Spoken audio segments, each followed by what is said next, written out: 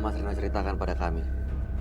Kehadiran saya ke sini pengen mengetahui dalam diri saya. Kenapa nih? Dalam diri saya itu penuh dampak keburukan dalam keluarga saya. Keburukan yang dirasakan oleh keluarga. Iya. Asal muasalnya dari mana? Asal mualanya saya dulu dianiaya sama kakak saya. Dia ya? Saya dipukuli sama kakak saya. Kakak sendiri? Kakak sendiri, kakak kandung. Sebabnya kenapa? Sebabnya itu saya anak bontot. Saya dialem sama orang tua, kedua orang tua saya. Kakak saya nggak terima. Jadi apapun alasannya, Anda dihajar oleh Iya, dia kakak-kakak? ada aja. Satu orang, dua orang? Dua orang. Kakak perempuan sama kakak laki. Oke, bisa diceritain nggak dihajarnya seperti apa? Dianiaya seperti apa? Saya dipukuli dengan ulekan sampai saya pala bocor. Umur berapa itu? Kelas 5 SD. Kelas 5 SD. Orang tua Anda tahu tadi? Orang tua saat itu kurang tahu. Orang tua itu saatnya lagi bekerja. Karena orang tua saya udah mengetahui kepala saya bocor. Dan kakak saya kandung saya dongeng. Nah, dari situ disiasatin orang tua saya. Ya udah, sekarang kamu gini aja. Kamu saya isi. Ini orang tua yang bilang? Iya. Orang tua sendiri. Biar kamu nggak diapa-apain sama kakak-kakak, kamu nggak bisa. Saya diisi. Saya lari ke dari situ saya nyampe ketemu juru kuncen. Juru kuncen maka apa dibilang, anak ibu hati-hati kalau misalnya ibu kepergian, anak ibu diamnya ya sebelum diceritain. Oh, bisa tahu. Dan bisa ngelihat dulu. Bisa ngeliat. Terus saya lari ke juru kuncen itu jam 12 malam hari Jumat. Saya ingat hari Jumat. Saya lari ke goa. ngapain? Suruh lari ke goa. Katanya saya kurang tahu. Ya udah, ibu sama anak ibu di situ aja. Dari situ ada penghuni yang datang Di goa itu? di goa itu. Orangnya badannya gede, hitam, hidungnya mancung, pakai umbul-umbul rambutnya. Anda melihat jelas gitu? Jelas, Muncul tiba-tiba? tiba-tiba di depan gua. Terus saya disemutin badan saya sama ibu saya. Udah begitu saya, kalau disebut kayak begitu saya ditendang.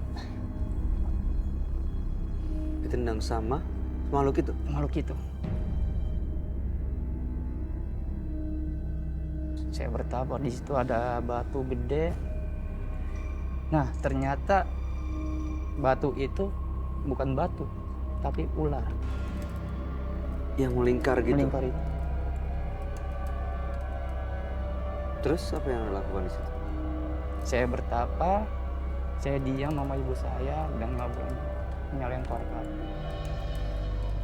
Ya udah, sampai situ sekitar jam 4 saya turun ke bawah. Saya bercerita tentang dukun itu. Kepada kuncen? Kuncen. Terus tanggapannya? Tanggapannya, iya itu orangnya, penghuni situ.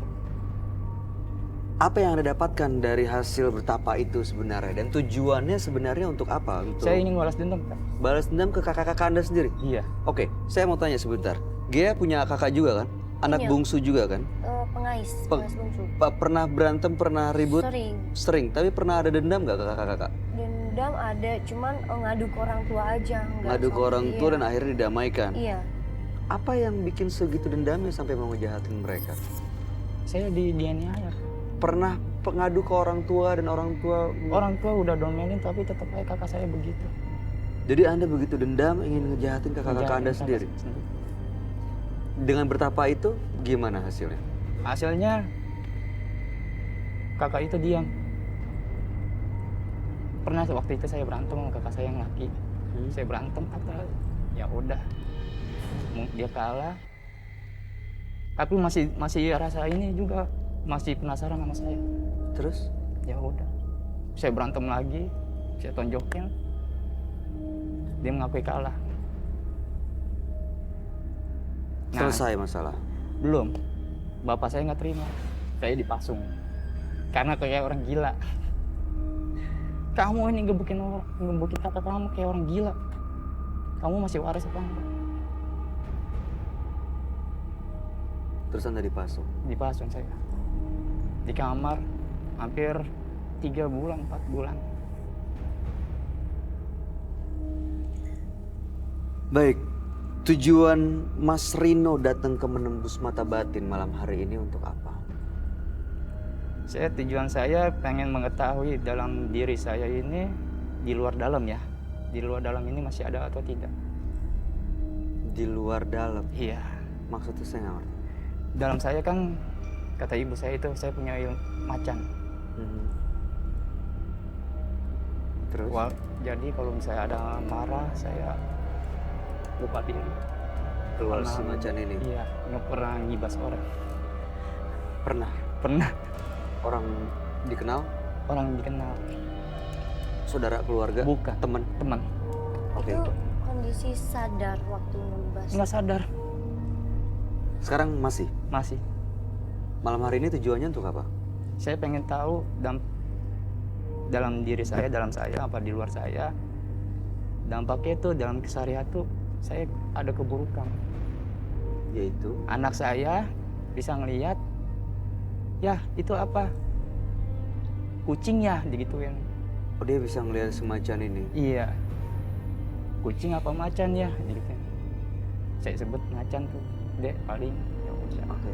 Terus istri saya melihat selibat di kamar. Anda ingin mengusir macan ini sebenarnya? Saya kurang tahu juga nih. Yang dampak buruknya saya juga ini. Jadi belum tahu sebenarnya Belum mau tahu diapain dengan macan ini? Iya. Datang ke sini untuk cari tahu sebenarnya kalau saya pelihara terus, Iya. apa dampaknya buat badan saya dan keluarga saya. Iya. Baik, mudah-mudahan Anda bisa mendapatkan jawabannya malam hari ini, Mas Iya. Rino. Kami akan ajak Mas Rino untuk langsung bertemu dengan sahabat kami. Dia adalah seorang indigo. Kami persilahkan Roy Kiyoshi. Sebelumnya, tim Mata Batin sudah memberikan tanggal lahir dan nomor rumah partisipan kepada Roy Kiyoshi. Dengan mata batinnya, Roy akan membaca berdasarkan angka yang kami berikan. Rino tinggal di rumah bernomor 66. Lahir tanggal 2 Januari 1987. Saya merasakan kepedihan di masa lalu Rino. Kepedihan yang membuatnya sangat tersiksa. Perasaan yang membuat Rino terlibat dalam dunia mistis. Saya melihat ada kekuatan besar yang bersemayam di dunianya. Kekuatan itu sewaktu-waktu dapat membuat Rino menjadi tak terkendali, bahkan buas. Berbicara tentang buas, saya melihat Rino didiami oleh sosok macan putih. Sangat besar sekali, dan aumannya sangat negatif.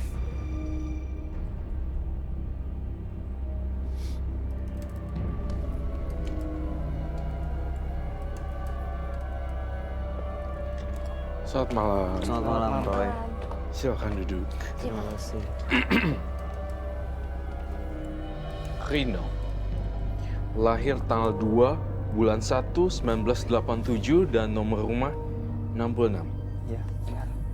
Rino karena sering dianiaya oleh kakak-kakak kandungnya, maka diajak untuk memiliki ilmu kebatinan. Belajar di sana, di sebuah goa, Iya. lalu kemudian mendapatkan seperti ilmu ada makhluk berbentuk macan putih Iya. yang pernah digunakan, pernah juga akhirnya mengalahkan kakaknya, Iya. dan juga ada orang lain yang kena tebas karena si macan putih ini keluar Iya. pada saat marah, begitu ya, sampai pernah dipasung oleh orang tuanya. Malam hari ini datang ke Menembus Mata Batin untuk mengetahui kalau terus dipelihara si macan putih ini dalam dirinya, apa dampak bagi Rino dan keluarganya, termasuk anak dan istri. Tuh. Kalau memang terus dipelihara sosok pendampingnya atau kita bisa sebut kodam nggak sih? Bisa atau Kodam, tidak? Apa pendamping? Pendamping Pendamping. kali ya. Sosok pendamping yang macan putih itu kalau terus dipelihara, saya lihat tampaknya akan membuat dia kebingungan. Oh, Dan hawanya sih sebenarnya saya lihat ini kayak auman macan kalau saya dengar di kuping saya. Saya merasa mendengar auman macan yang begitu kuat, seperti geraman seperti itu. Dan dia tuh akan, sosok makhluk astral macan ini, macan putih ini akan membuat siapa saja jatuh dan Terluka dan gitu? terluka seperti itu. Iya. Tanpa pandang bulu gitu. Iya. Saya ngelihatnya semuanya ditebas. Gak babi bu bebo. Tapi Kak, aku mau tanya, Hmm. si macan ini tuh dampaknya jelek, baik, positif, negatif sama Mas Rino ini? Iya, dampaknya jelek banget buat Rino. Jadi gelap sekarang kan. Iya. Mau kemana-mana, kamu berasa nggak sih di reject orang? Maksudnya di tidak diterima oleh lingkungan lingkungan society. sosial. Iya. Betul. Karena pertama sifatnya, kedua ada sosok pendampingnya yang negatif. Jadi bawaannya kayak nggak diminatin gitu loh. Aura Kayak negatif ya? iya, aura Jadi negatif. macan putih ini menggeram dan energinya negatif seolah-olah lagi marah begitu. Betul sekali, Bay. Serem banget sih sebenarnya. Yang paling serem adalah ketika dijauhin juga sama society, Sama lingkungan lingkungan sosialnya. sosial. Kenapa bisa seperti itu ya? Sejauh yang Mas Rino tahu, kenapa lingkungan menjauhi Anda? Saya juga kurang tahu. Susah diterima aja Susah gitu? diterima aja. Contohnya seperti apa ceritanya?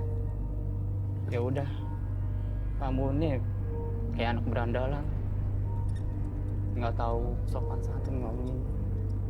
Ya, Jadi sulit untuk bertetangga, bermasyarakat. Iya. Gak ada Jadi yang mau saya mendekat gitu selama itu saya di kamar aja. di kamar. Iya. Untuk pekerjaan? Pekerjaan bawanya emosi juga sih kalau ada penumpang. Oh, Penumpang. Ini gampang emosi ya? Gampang emosi. makhluk ini yang bikin dia emosian ya Roy? Iya, makhluk ini gampang emosian dan dia juga emosian di lingkungan kerja, lingkungan temen. Semua mana ada yang respect sama dia karena pembawaannya jadi kayak petatang peteteng gitu kan, petatang petenteng. Dan bawaannya jadi kayak nggak simpati ke orang. Sebenarnya kan yang nomor satu manner ya, attitude sama manner. Sikap. Sikap ya.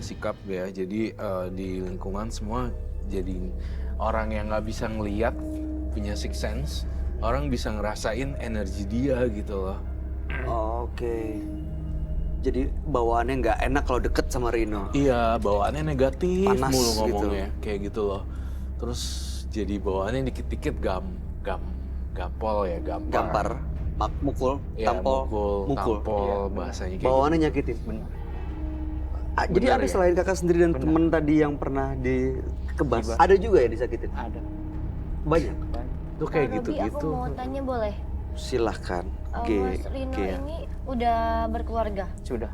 Terus kalau misalnya ada masalah sama istri, Gelap mata juga. Hah, gimana? Gelap mata juga. Gelap Pernah mata menyakiti juga istri? Saya pernah mukul gampar. Mukul gampar istri? Iya. Anak? Emang betah Anak ya enggak. jadinya ya?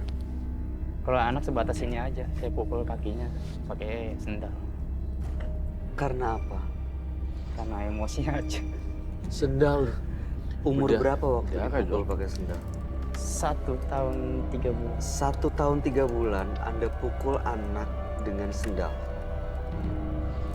Ya gimana mau simpati sayanya terhadap anak kecil aja juga kamu nggak ini, ya kan?